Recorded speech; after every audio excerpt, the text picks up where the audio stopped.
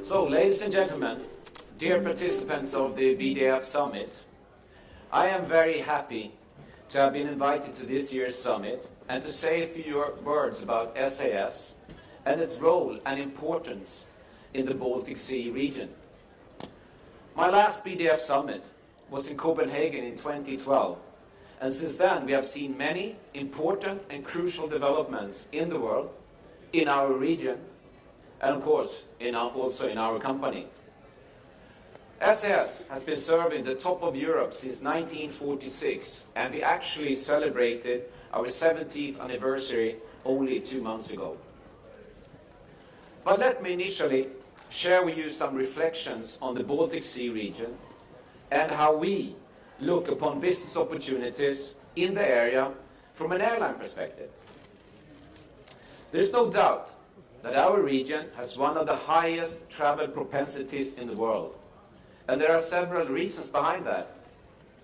We are all small, but at the same time very open economies, depending to a large extent on trade with the outside world, but also between our countries and within the region itself.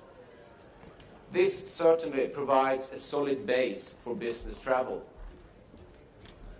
The leisure market, however, growing much faster, stimulated both by increasing offer from low-cost, low-fare options, but also by a growing interest for travel to our region, by travelers who have seen it all, turning away from more mature markets for their holiday travel. With respect to tourism, all countries in the Baltic Sea region have so much to offer, be it unspoiled nature, culture, history, design, gastronomy, and a way of living, considered as a model in many parts of the world. The challenge we have had with high cost for tourists, in particular in the Scandinavian countries, is gradually being equalized in relation to several other traditional tourist destinations in Europe. Several cruise operators chose to reposition their ships from the Caribbean to the Baltic Sea during our summer season to take advantage of opportunities in our region. Our governments have also increased focus on developing and supporting tourism, which of course is highly appreciated. All in all, these are very positive components and developments to the benefit of an airline, but first and foremost to the benefit of the wider economy. Our region is also at the forefront when it comes to sustainability, and I know we are attracting a lot of interest around the world related to this. There are implications for our industry in this respect, since aviation is often targeted as one of the biggest threats to the future of the planet. But nothing could be more wrong. Needless to say, we need to take the situation seriously. But aviation represents 2% of worldwide greenhouse gas emissions, which is very low compared to many other industries. Still, with the passenger growth we see ahead of us, we need to make an effort. In this context, I'd like to congratulate ICAO and its member states, having just recently arrived at the unique global agreement to introduce market-based measures to make sure that the aviation sector around the world can and will take its responsibility for its impact on the environment.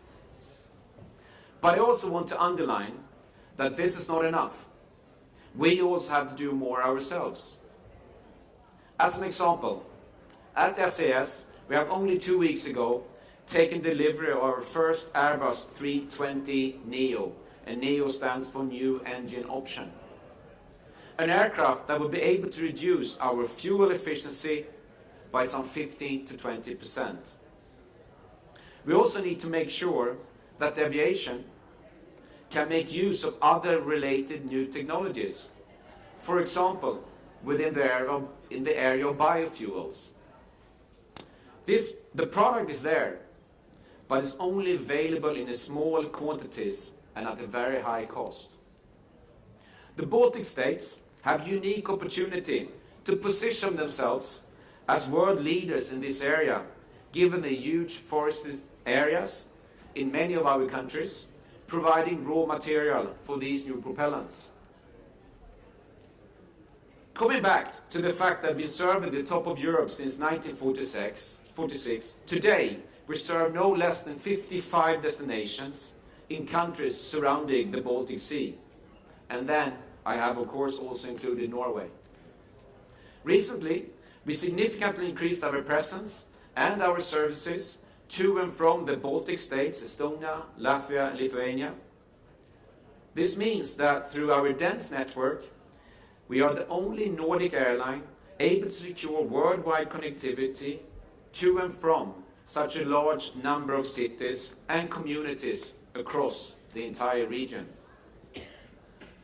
But global competition is fierce, and one of the most important factors to secure the future development of our company, as well as our region, is innovation. Innovation has been the most important beacon of SAS in the history of our company. One of our founders, Mr. Marcus Wallenberg, once said, "To move from the old to what is about to come is the only tradition worth keeping." His wise words have guided SAS over the decades, and let me share with you some proof points of this. SAS was actually the first multinational airline in the world when we were created in 1946, and since then our history contains a significant number of firsts. First airline over the North Pole, both to Los Angeles and to Tokyo, thanks to a completely new and pioneering navigation system developed by our company. First, with a full electronic booking system, as early as in the 60s. First, with self-service check-in kiosks. Almost first, with the frequent flyer program in Europe. Here we actually copied American Airlines with pride. First to serve Estonia, Latvia, and Lithuania after the independence. SAS was also one of 5 airlines creating the first global alliance with the launch of STAR Alliance in 1997. The list of innovation can be very long.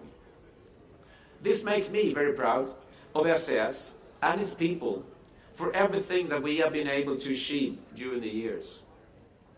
And the innovative spirit takes us now even further.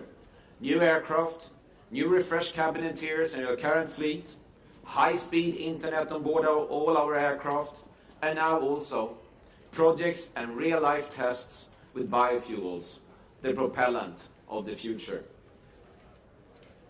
We are expanding our geographical footprint.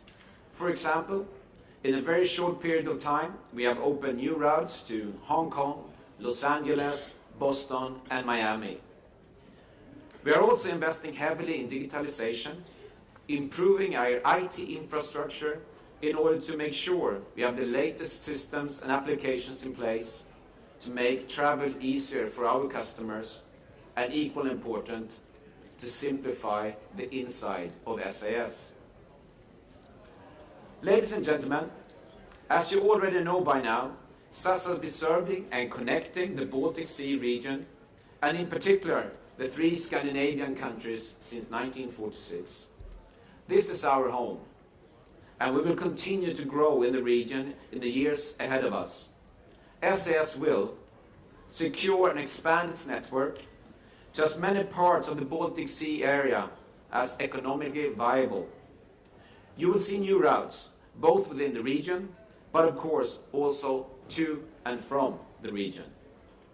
We will continue to do so with the innovative spirit which has been present in the company since its inception, with advanced and customer-friendly products.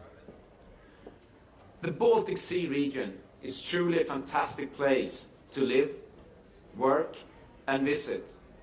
It's our common responsibility to make sure it can develop even further in the future. I'm very glad to see you all here in my own hometown of Stockholm today, and I do wish you a very successful and stimulating conference with several productive seminars and bilateral meetings. Again, thank you very much, and thanks for your attention. Thank you.